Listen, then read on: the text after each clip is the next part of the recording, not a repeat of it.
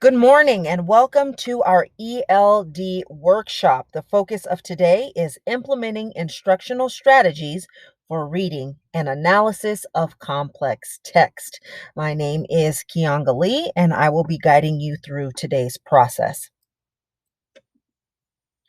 The objective of today's presentation is to discuss best practice for implementing English language development strategies within the classroom.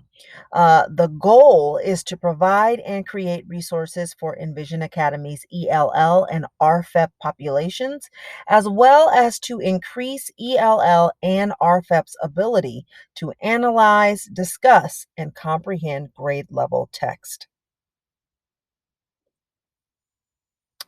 I wanted to bring to everyone's attention before we begin the meat of today's presentation. I would like for us to look at our scores for SBAC in 2017, 2018, as well as 2019. Obviously, we do not have scores available for 2020 because of COVID sanctions. So let us first look at 2017 scores for our ELL learners. First and foremost, if you can see down at the bottom, I have listed that the EL population was 11.2%.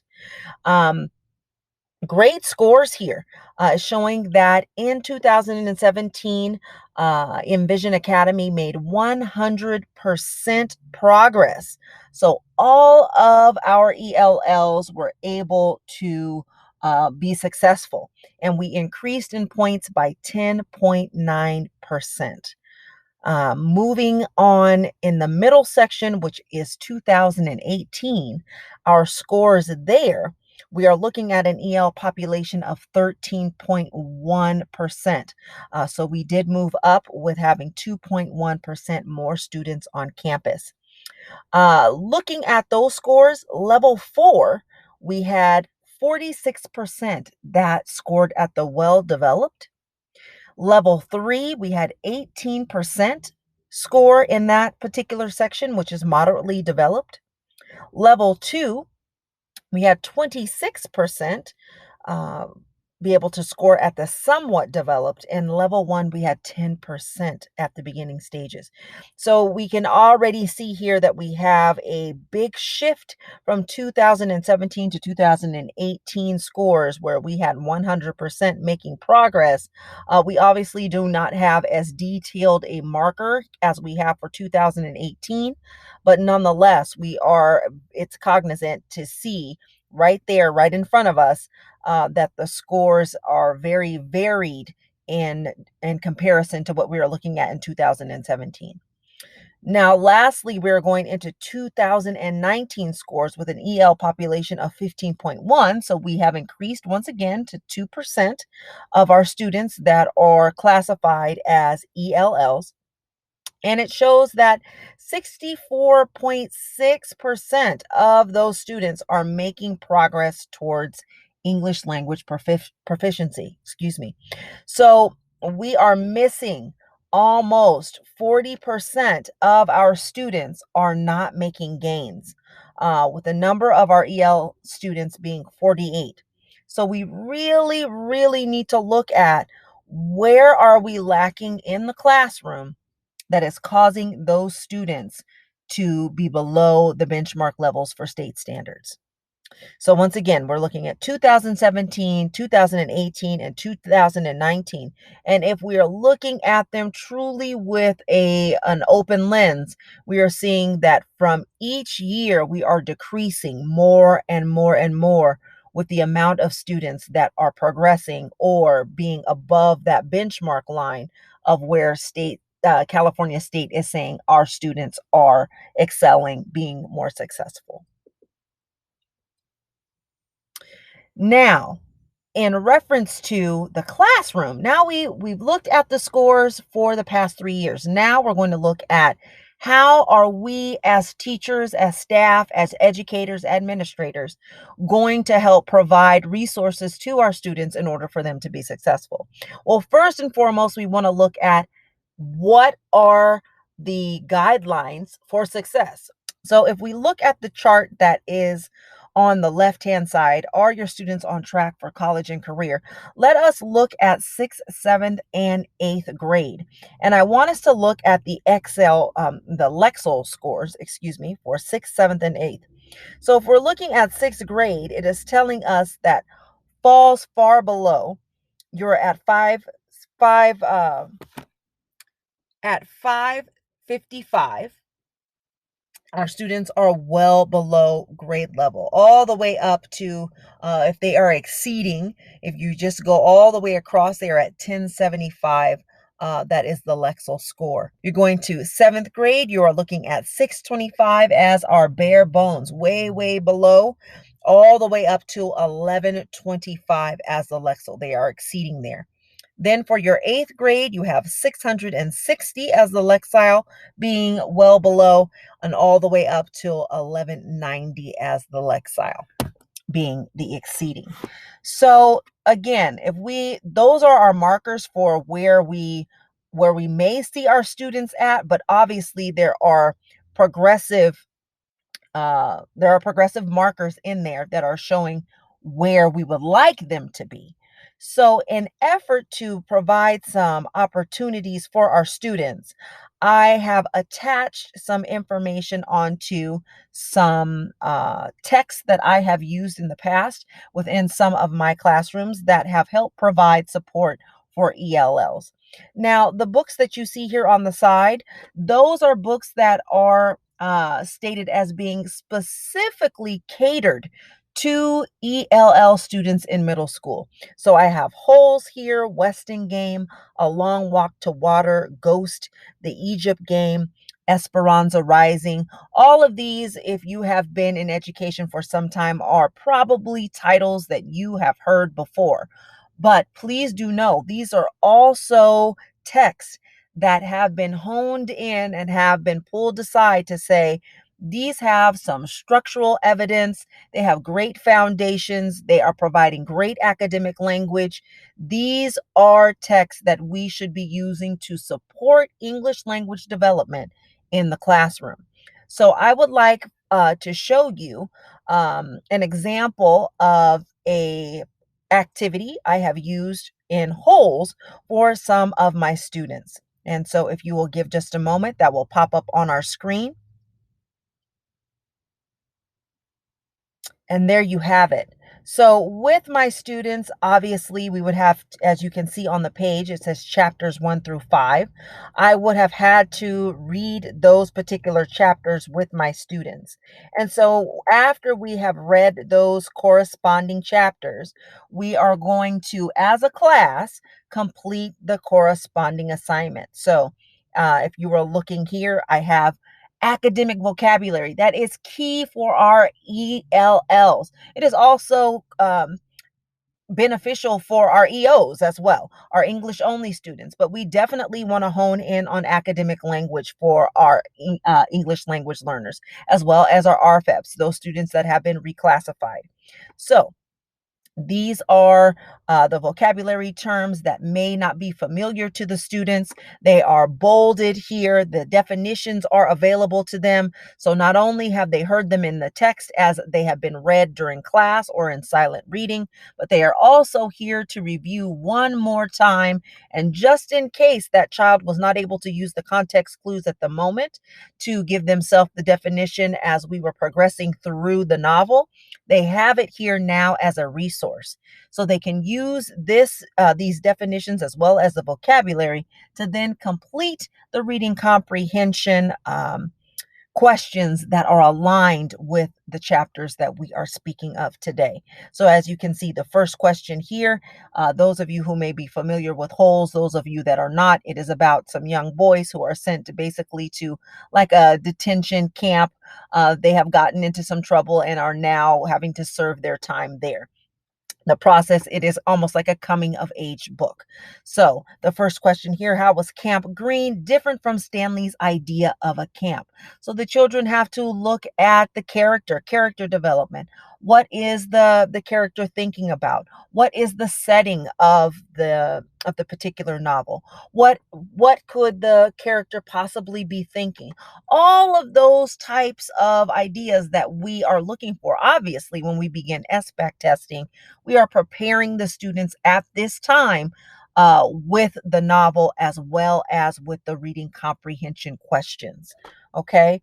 And so as we move down, and I'm pretty sure many of you are already doing this. But just as a review, as we move down, you also want to make sure that you are providing the students with an opportunity to use the academic vocabulary. Not only are they viewing it, not only did they read it or they heard someone else reading it, but now if you are looking in this left-hand portion, the left-hand section right over here, I'm now asking the students to use that word in their own thinking. So they are going to provide me with a sentence that they have created on their own. They have the definition, it's right there in front of them, as I have shown you on the top of the page. And now they have to be able to provide a sentence to me. Again, that is quality reading comprehension, because if you have the definition and are able to understand exactly what it is saying, then you should be able to provide me with a sentence that is fluid, concise, and makes sense. Okay. All right. The second book that I love to read with my middle school students is called A Long Walk to Water. So we'll jump to this one as well. If you give just a moment for it to pop up on the screen so that you can see an activity that I have also done with the students during that time. As it is loading, I just wanted to add that all of these all of these assignments provide, or tasks, as I should say, provide opportunities for the students to use technology. That is a must, especially given the fact that the state standards are asking that they do so. So I am always trying to combine not just the reading component, the comprehension component, but they're also having to do some writing. They're also having to do some auditory. There is a listening component in that as well. And I bring that up because the next phase of this is for students to actually have to listen to either a small trailer, or they are listening to an interview, they are listening to a movie, and having to come out of that with some information. I have also provided them with articles of information, so some informational writing that they will read and then condense into a journal format. So it's almost like a response. You have read about the Dinka, you have read about the Noor. Now, after you have read all of this information, I would like for you to go into your journal and give me a brief summary of what has been read. And so this is what I am showing all of the students. They all have this document. They're all required to complete the document, each component on the document. And as you can see, these are very brief snippets. It is not something that is too wordy, where it will be overwhelming for them, especially since we are speaking of ELLs. But it does provide a just a glimpse of what it is, who we are discussing, gives them background information, and then allows them to have the opportunity to kind of give themselves notes on what it is that they have heard, have read, and then gives them an opportunity to truly be able to discuss when we have collaborative time. Okay. And I did want to go back to this section as well and just show that there are spaces available here for the students to add information. And let me make this just a little bit bigger for you, for the students to add information on what it is that they have reviewed, just in case they want an extra note taker space. So if they are looking at this, then they are able to say, this makes me think what? and then they can write it in this space. When they read about the Dinka tribe, this made them do what? When they read the video, watched the video about the Lost Boys, this did what?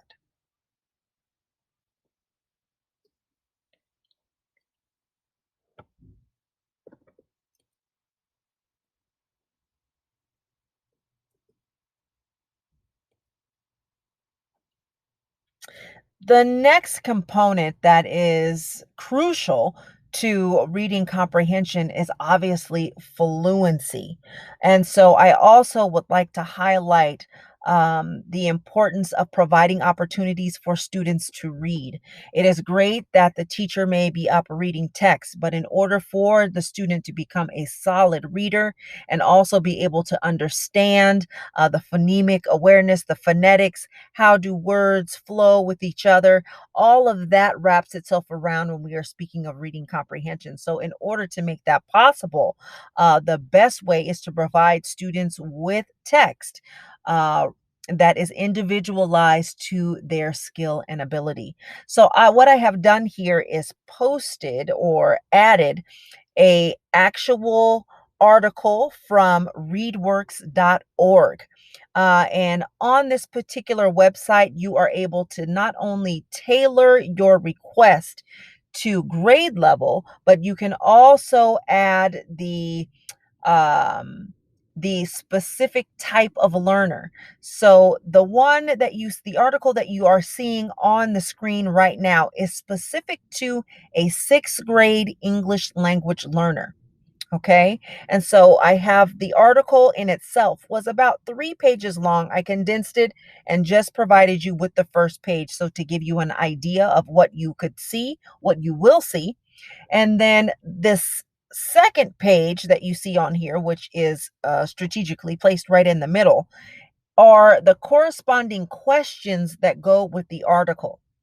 So, what ReadWorks is saying is that if you are a sixth grader and you are classified as an ELL, this is the level that you should be capable of reading at. Now, is this saying that all of our sixth grade ELLs are reading at this level? Absolutely not. But after we have done a running record and have already assessed our students and then know what grade level they are at, you can go into ReadWorks and then change it. You may have a sixth grader who is at a fourth grade reading level, maybe at a third grade reading level. You may have a newcomer who is new to the United States and is at the kindergarten level. It doesn't matter.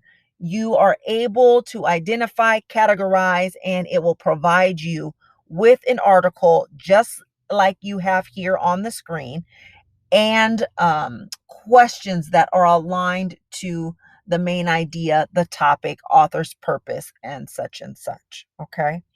Um, I would like to also bring it to your attention that on this particular section, you are able to um, you are also able to gain audio. Okay.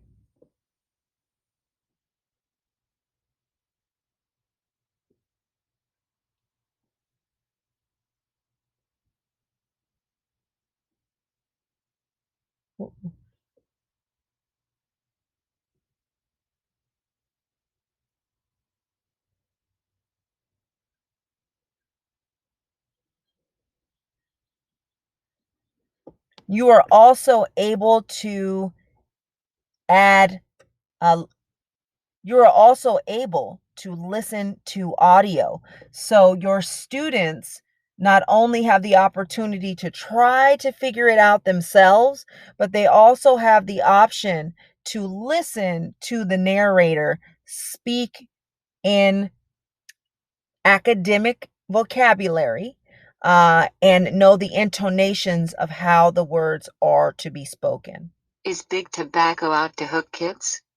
By Dan Resch. Teens are working to make underage smoking a thing of the past. Teens across the nation are burning up about the number of young people who start smoking each year. Whether tobacco companies admit it or not, they do. Okay, so that is what you would be the capabilities of readworks.org. Um, Again, many of you may be using this already, but it is a great tool, and even more so, it's free. So as long as you log yourself in, you create an account, you can pull any article off of there. They also have it created where you can make it as a digital format as well. So you can add those to your Google Classroom. Um, you can send those out via email. However, you are manipulating coursework, this is the way that you can send it out. Okay, so either paper, basic paper and pencil, or you can have the kids do this on the computer or strictly on the computer, or you can also add this to a Google Classroom type of format. So, with that being said, what I would like to do is to stop for a moment, and I would like to give everyone an opportunity to kind of fiddle a little bit with readworks.org. And then when you have kind of finished, you know, working, mapping yourself out into that particular portal, I would like everyone to look at this slide that I have presented here. What we are going to do now is take the article that I have attached that is about tobacco smoking. So, is tobacco out to hurt kids? We're going to use this particular article and create a close reading activity. Now, as I said, inside of ReadWorks, there are loads of assignments and activities that you can provide to the students. This is just an overview. There are extensions, all sorts of extensions and wraparound activities that are provided in there that you can pull out and use with your students. But if you truly want to individualize for your classroom, sometimes you're going to have to come out of the box and not get something that's already prepackaged. So, what I am asking for you to do today is to look at this article, pull out academic vocabulary that you feel is most beneficial to your students, and create a close reading activity. All right, now I'm pretty old. Back in the day, we all had fun. Kids my age, we all had fun doing Mad Libs. That is exactly what a closed reading activity is. And if you can see on the right-hand side, I have provided an example for you. It is a paragraph. And within that paragraph, there are several words that are missing. You need to provide a word bank for your children, for your students, and they need to be able to figure out where those words go in the proper place. If they truly are able to read and are fluent and have fluency, they will know where those words belong. If they don't, that is a true assessment tool for you as to where you need to go back and look. Is it vocabulary? Is it pronunciation? Is it that the words almost are the same and they're just having difficulty deciphering between the two? This gives you a starting point for your middle of the road English learners as well as your more advanced and RFEPs. Okay. On the left hand side on this slide as well,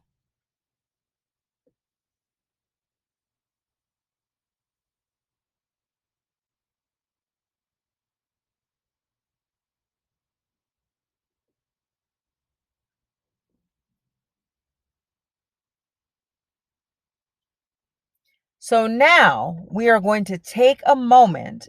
We have looked at the article. Now we're going to take a moment and pull out some nuts and bolts from that particular article and create a close reading activity. So please look on the screen. As you see on the right-hand side, there is a chart there that says close reading strategies. Well, these are the strategies that all students should be using when they are looking at this type of assessment or this type of activity. And as a teacher, as a professional, as an educator, these are the markers that you should be looking at to know if it is a quality product. Okay. So, as I look at reading comprehension activities. I think back to when I was a young child, and I remember doing activities in the backseat of my mother's car, like Mad Libs. This is exactly what the closed reading activity is. You have a paragraph or you have sentences, and you need to fill in the blanks with the appropriate word in order for the paragraph to have significant meaning. Okay, so what needs to happen is you first need to have a word bank. So if you go back and read the article, Is Tobacco Out to Hurt Kids? You may want to highlight vocabulary terms that you think may be either unfamiliar to your students or their vocabulary that may have some similarities to each other that the students may have difficulty deciphering between the two. Once you have done that, then you may want to begin to create some sentences. Enough sentences that maybe will give you a paragraph or two. Once that is created, then you might want to, once that is created, then you may want to share that with your table mate and once that is complete, you may want to share that with your table mate and find out if there are some areas that you may want to do a little housekeeping on. We want to make sure that this is sharp. We also want to make sure that we are providing our students with authentic assignments that are truly tailored to their need. Obviously, I just spoke on all of the goodies that are available in ReadWorks. There are so many wraparound opportunities in there, way beyond what is provided on the text that I just presented to you. But we also know that we don't necessarily have the opportunity, but we also know that teaching is not always prepackaged. So, in order to provide our students with an authentic teaching experience and true academic work, we need to move forward. What? In order to offer our students an opportunity to truly work on their reading comprehension, we have to provide activities that allow for,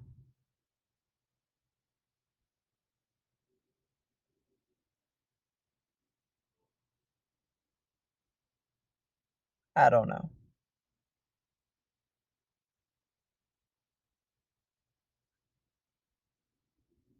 that allow for, mm, yeah, next. Thank you. The additional comprehension, the additional reading comprehension activities that will best support ELLs in the classroom are many of the things that you are already doing. First and foremost, as you see on the bottom, I actually want to start on the bottom section here, are reading and our anchor charts. The anchor charts are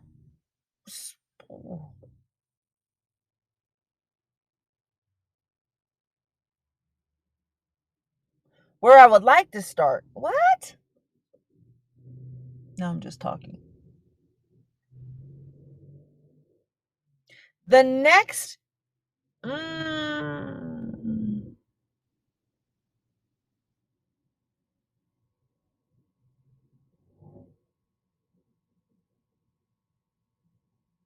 thank you for working on that particular task. And now I would like to move forward with discussing some additional strategies that will benefit ELLs. So if you look down at the bottom of this particular slide, you can see that there are anchor charts. I absolutely love to have anchor charts in my classroom. They are individualized. You will hear me say that all of the time, but they are made specifically for my students. Uh, it is very rare that I use an anchor chart year after year after year because there is always a different need.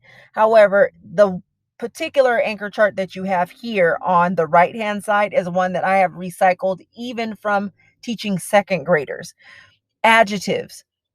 It is so important for the students to be able to use, it is so important for the students to be able to have uh, a word wall of choices when they are beginning to write.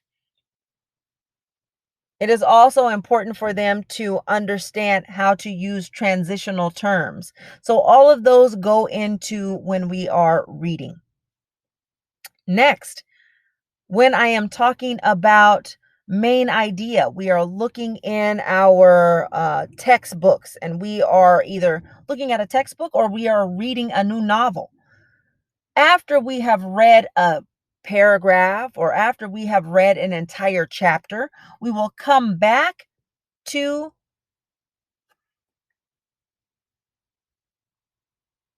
after we have read a chapter, we will come back to our notebooks, or I will provide what you see on the left and the right of the screen, which is a pre-made document that highlights the specifics. What exactly is it that I would like the students to pull from the article? In these particular instances, we did not have a novel. What you see in the corners, however, are pictures. So this is beneficial for your newcomers. These are the students who have zero language, and also a pretty good activity for your middle of the road ELLs. The grammar doesn't necessarily have to be the best, but they are drawing from what they see.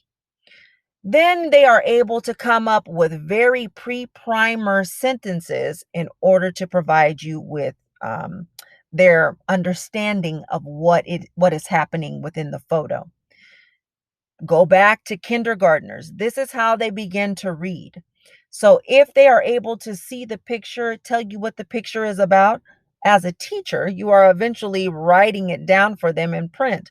As they grow older, they begin to write it themselves. They see a picture, they see a prompt, the imagery gives them an impression of what is going on. They can convey the meaning or infer what is going on in the particular picture, and then they are writing. So, yes, we are at one point speaking of actual reading in a book. But if we move forward along, we are also using every skill that has to do with language.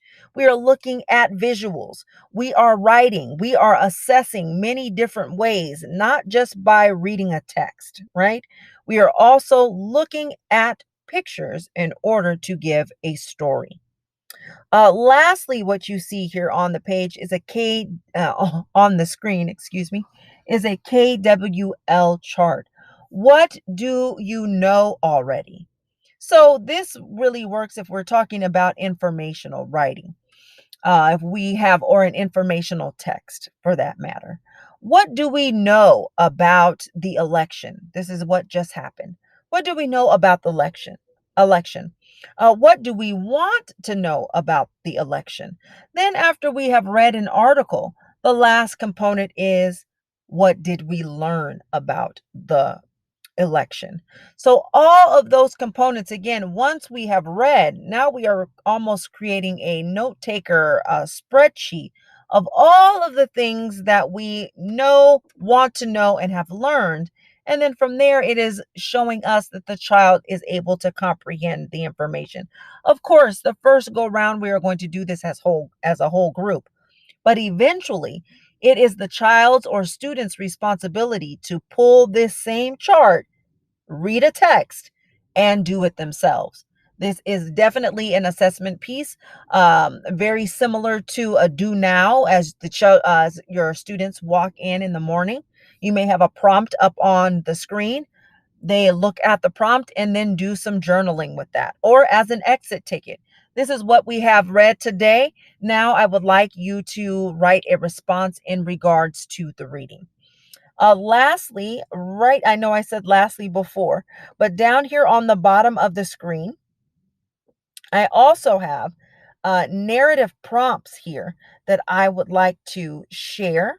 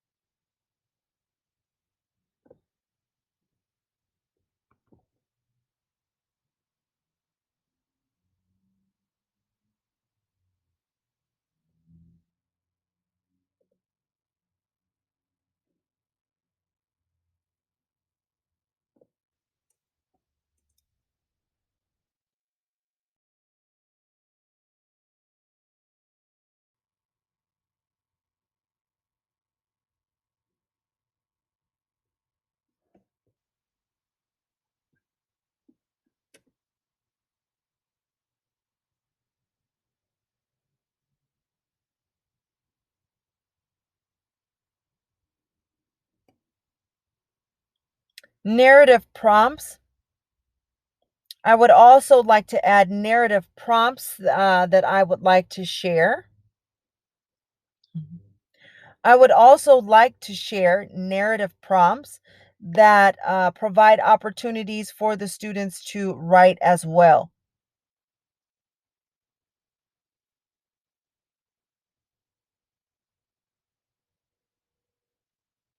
So, imaginative or fictional narrative. Imagine you could travel to the future and live there. Think of what you think the future would be like. How different would it be from today? Now, write a story about living in the future. So, first of all, they have to be able to read this.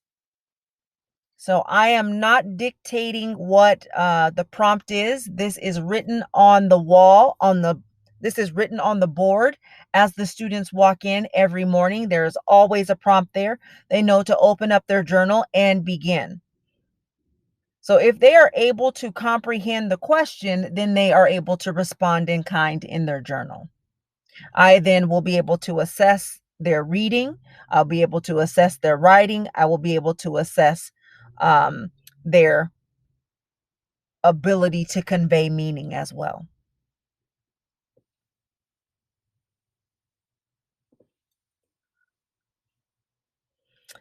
Then we are looking at additional opportunities beyond your normal. At one point in time, I was able to have a classroom of 12 students when I was a at one point in time, I was able to have a classroom of At one point in time, I was able to have a class of 12 students where I served as the literacy coach. And in that time, I could pull students one on one to work on their individual needs. So I have a student here on the left hand side who is reading a book to me, and I am able to have a running record of her errors as she is reading the text. Story, but nobody knows the real story because nobody has ever heard my side of the story. I'm the wolf, Alexander T. Wolf. You can call me Al. I don't know how this whole bad, big bad wolf thing started. Then I move on to actually taping students or having them tape themselves as they read.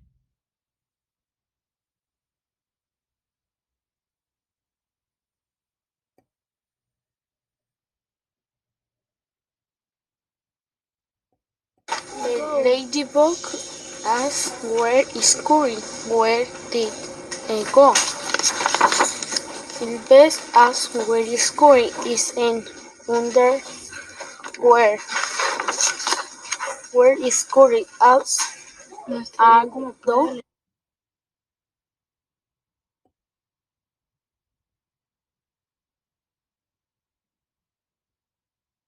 As the teacher, I have also read aloud to my students.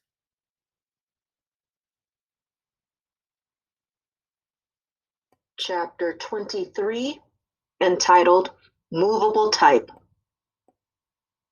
We had another long day at the center. When I came into the kitchen to make spaghetti that evening, there was a stool by the stove. It was like all three of these opportunities allow for assessing. So as I said with the first video, the young lady is reading. I am then looking at her errors, and then I am validating whether I have been successful as her teacher and helped her move over the hump from where she was having difficulties before.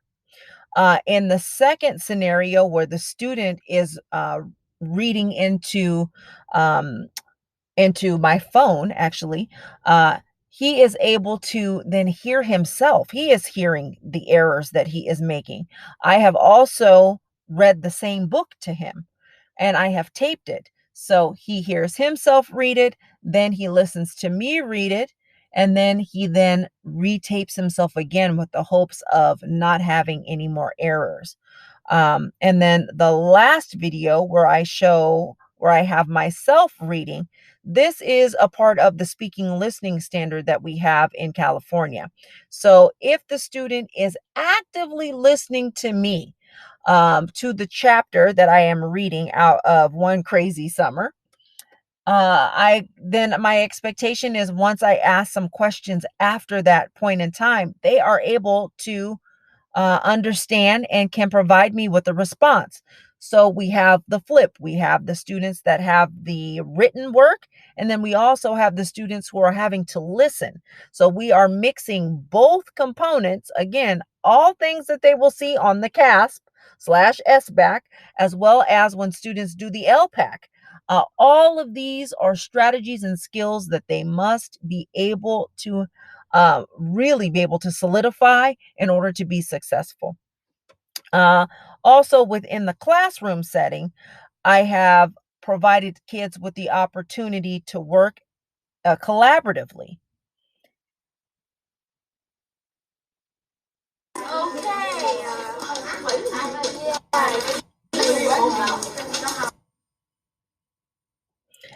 As you see on the floor, the students have their social studies textbooks, and they have big sheets of paper there where they are beginning to work on some caveman art.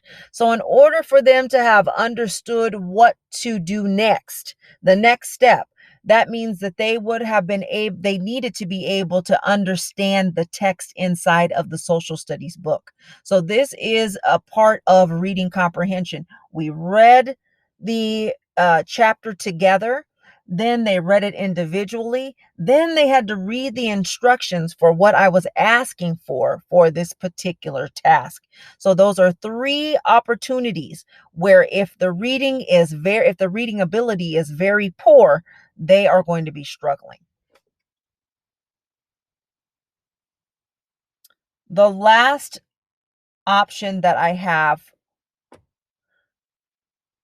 The last activity that I have in this particular section was created to help the children learn how to do annotations.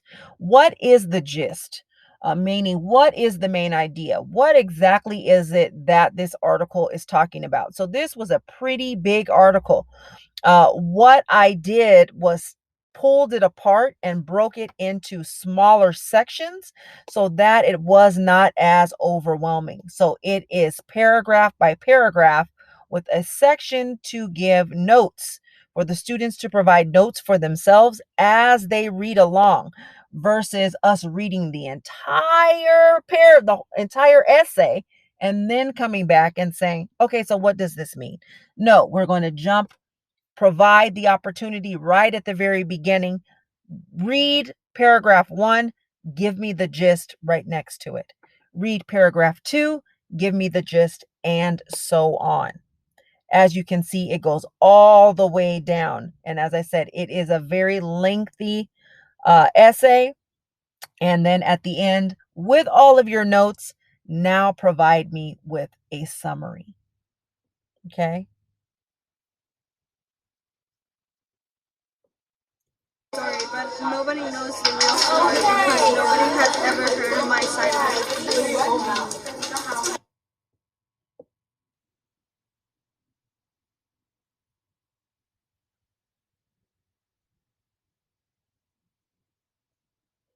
What I would like to have happen, what I would like to have happen now is for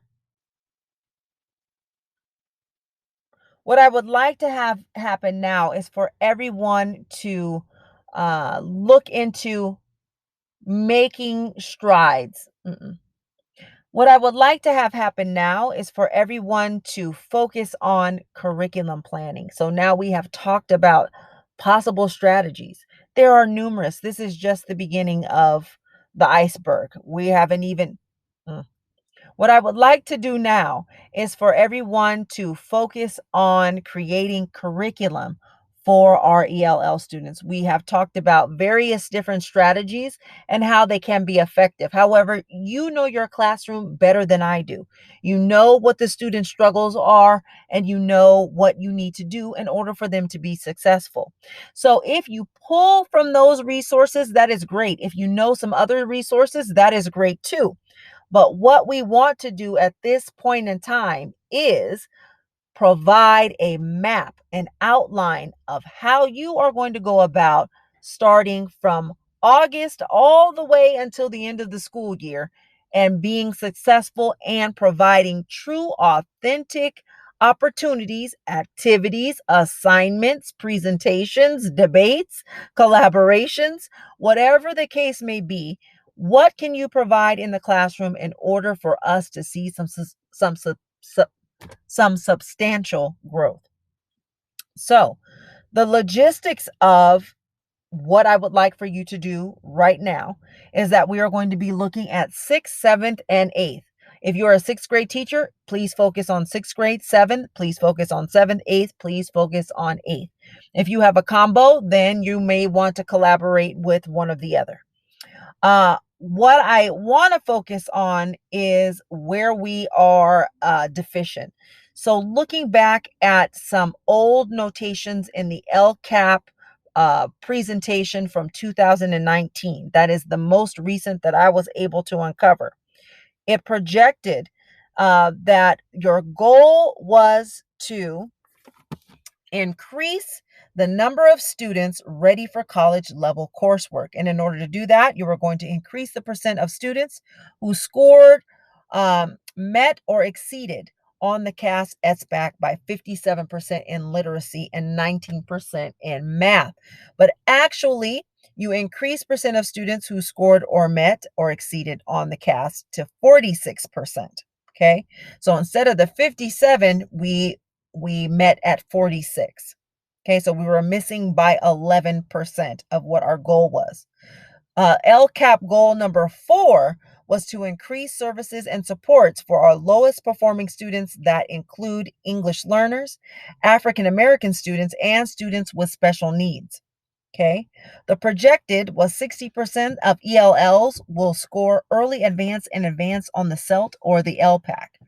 What actually happened was 60% of ELL scored early advance and advance on the CELT, which is exactly what we wanted to see.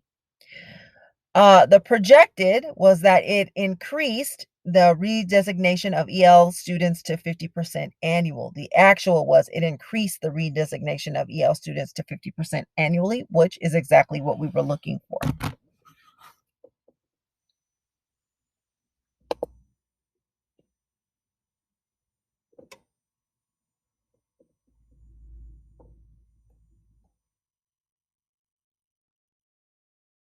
So, what I would like for us to do is to look at, now that we have looked at what the goals were for LCAP, again, those were our last uh, standing goals. What I would like for us to do now is to go into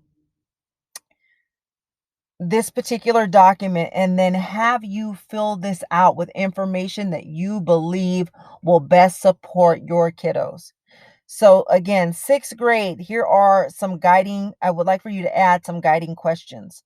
My guiding question actually is, what skills are needed for sixth, seventh, and eighth graders to be successful on the CASP, the LPAC, and or benchmark assessments?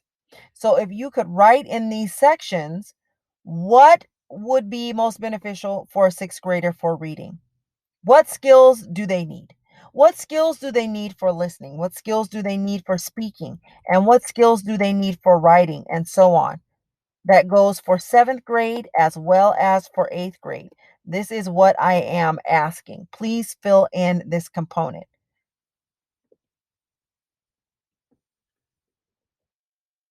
In the next table, I would like you to add what foundational skills are needed for sixth, seventh, and eighth grade ELL learners to understand complex grade level text. So I'm not talking about testing right now.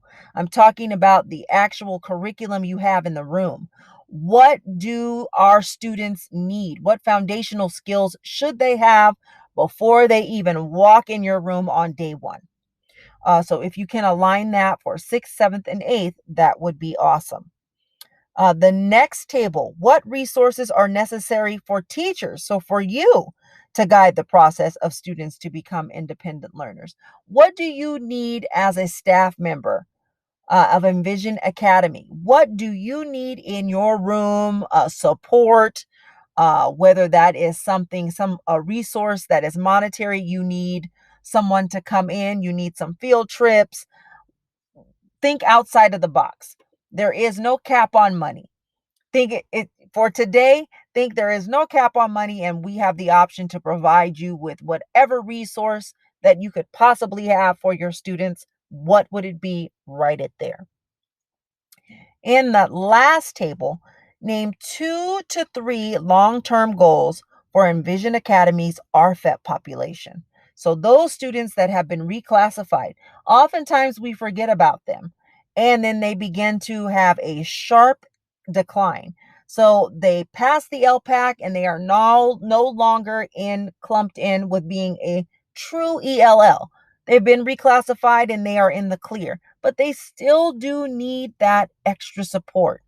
Um, and so we want to make sure that we are not dropping the ball on them and providing them with opportunities to still show some progress within the classroom.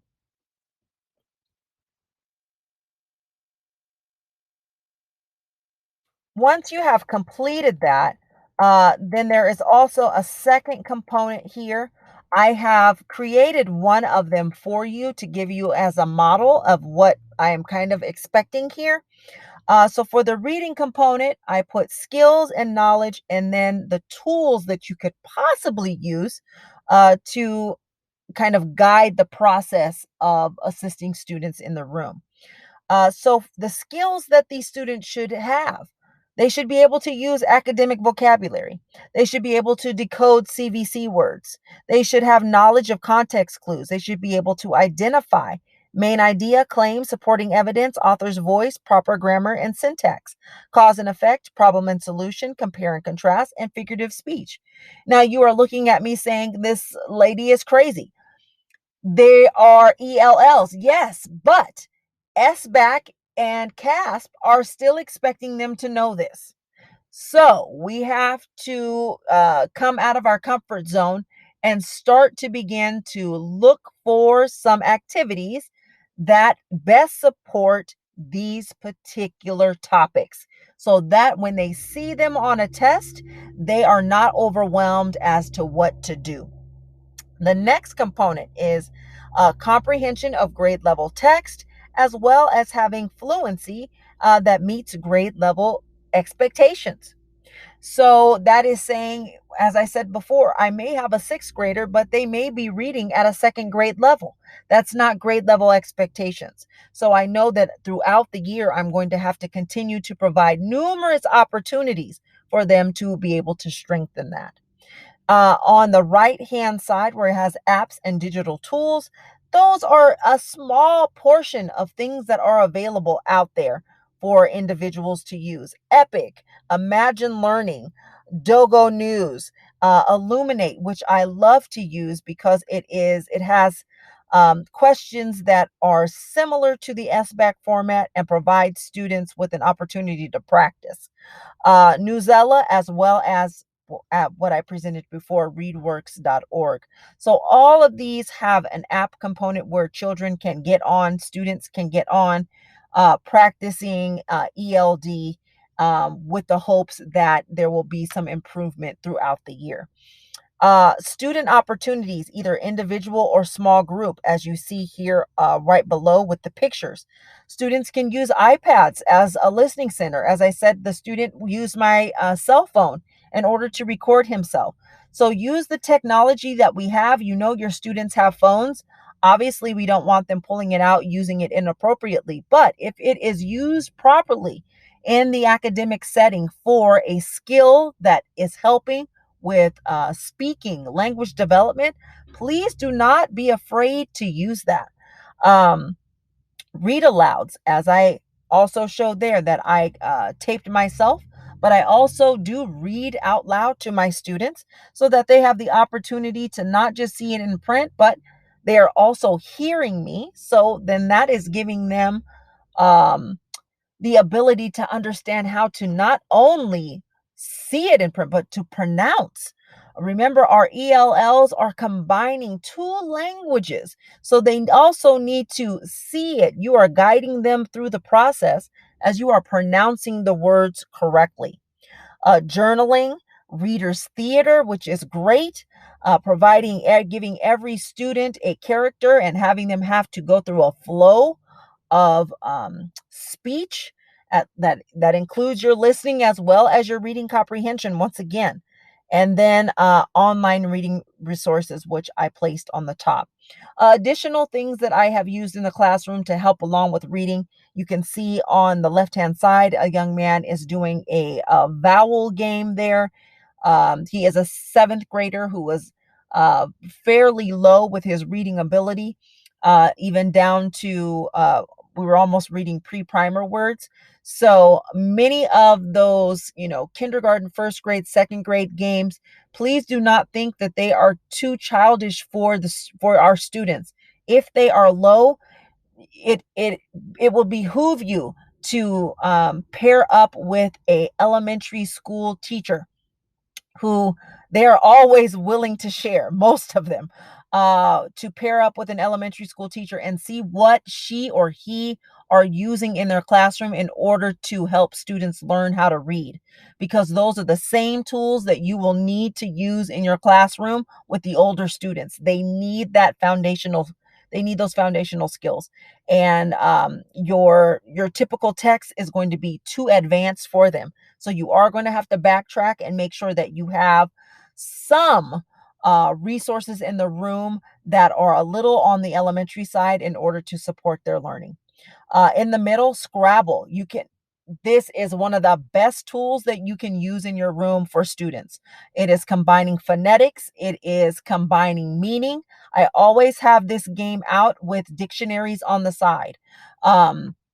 Because even if the students know the word, oftentimes they are misspelling it. So that gives them an opportunity to do the phonetics, the syllables, as well as open up the dictionary and find the word. And you often find that when they go through the dictionary, they do not know how to spell it. But that is also a learning tool in itself, because now they are having to locate it in the dictionary and use all of those alphabets and figure out how words are spelled. So Scrabble, if you can get two boxes of Scrabble in your room, you will be stellar. And then the last picture here, we are doing, this young man is also a seventh grader.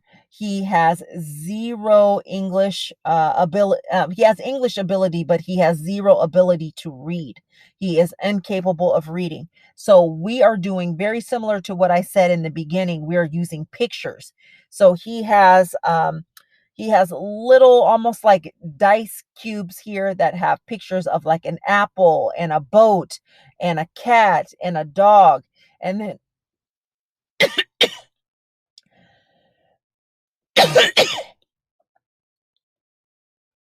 and then on the other cube, there are alphabets. So all I am looking for in this activity is the first letter of the sound of the word. So if it is a cat, I am looking for him to put a C there. Unfortunately for this particular young man, he really was having difficulty with deciphering between the C and the K, even though we had done this activity multiple times. So even at this point, this also gave me an assessment piece to then say, I think that this might be a little bit more than a language issue. I think that even though he is an ELL, this also may be an issue that I need to have a special ed address. So you really need to, our ELLs are often underreported for special ed. Simply because of the fact that we are always honing in on the language and thinking, oh, they are struggling because they are trying to combine two languages. And if you are really assessing, there are opportunities for you to see and kind of catch it early. So just be mindful of that as you are working with your students. Now this is where you come into play. I have a writing section. As I said before, up here at the top, this is the example, but for you to work on, I have writing, listening, and speaking.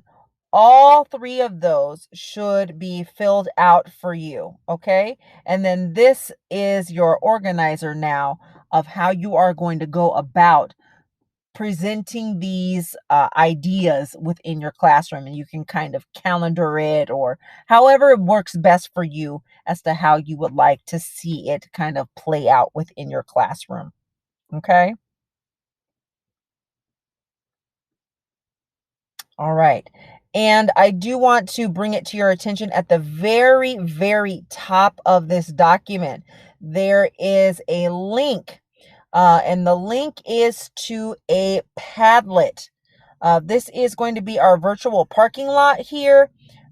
If there are any questions or concerns that you had regarding this presentation that I was not able to address today, please do take the time to fill out the Padlet. Go ahead and place it in this section so that I can come back to it at another time.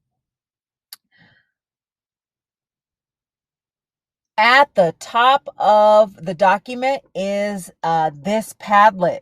So if there were any questions or concerns that did not, if there were any questions or concerns that were not addressed during this presentation, please do feel free to place your comment on the Padlet, and I will do my best to get back to you as soon as I possibly can. Again, that link is right here at the top of the document. It says a virtual parking lot, and the Padlet is right here. And it specifically says exactly what I just stated to you. Please leave additional questions, ideas or concerns that were not addressed in today's presentation. All responses will be discussed in a corresponding email and or at a future meeting. All right. So I thank all of you for your time and attention. I hope that that was helpful. I know that most of this is probably information that you may have heard a million times, but it is always good to hear it again. We get into the groove on how we teach and often forget those foundational things that best support our students. And so, if they are not able to comprehend what you are reading, you are spinning your wheels. So it is truly important to stop and smell the roses and make sure that every student in your class is being serviced. That means our newcomers. That means our early, medium, and almost to the end ELLs, as well as our RFEPs. And let's not forget our EOs as well. They also benefit from these strategies. Everyone in the room benefits from these strategies. So take some time to figure out how you are going to go about implementing these in your room, and I am hopeful that you will be just as successful as these tools have been for me. Thank you.